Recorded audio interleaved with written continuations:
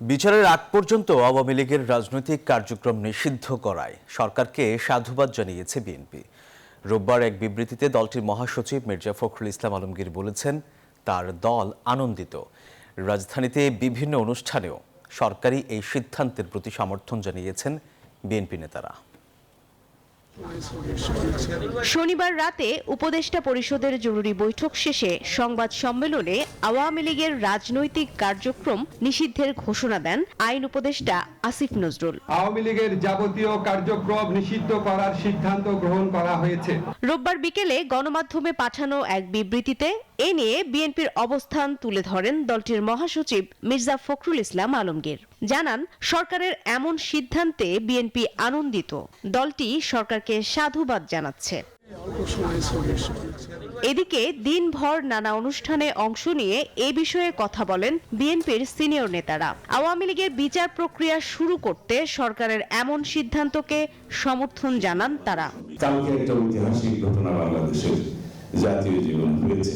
আমি এই অন্তর্বর্তীকালীন সরকারের পদক্ষেপ, বান্ডেল থাকলে প্রতি সেনমানিতে টাকা বাঁচবে। বিকাশ সেনমানি বান্ডেল কিনে জিতুন প্রতি লেনদেনে। আন্তর্জাতিক অপরাধ আদালতের যে আইন, সেটা সংশোধনের মধ্য দিয়ে রাজনৈতিক দল হিসাবে আওয়ামী লীগকে বিচারের প্রক্রিয়ায় নিয়ে আসার যে সংশোধনীটা আনা হয়েছে, সেটাকে স্বাগত জানাই।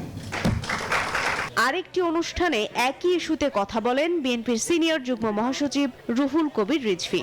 অভিযোগ করেন, অন্তর্বর্তী সরকারের কাছে সবাই নির্বাচন চাইলেও এ বিষয়ে তারা নিশ্চুপ। মানুষ তো তাদের কাছে অনেক প্রত্যাশা করেছে, তারা সংস্কারের কথা বলেছে, সে সংস্কারও মেনে নিয়েছে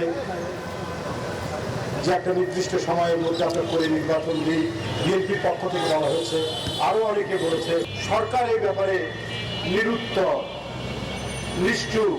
বিএনপি নেতারা বলেন, দেশ ও জনগণের পক্ষে বিভিন্ন পরামর্শ দিয়ে যাচ্ছেন তারা। এসব পরামর্শ যেন যথাসময়ে আমলে নেওয়া হয়।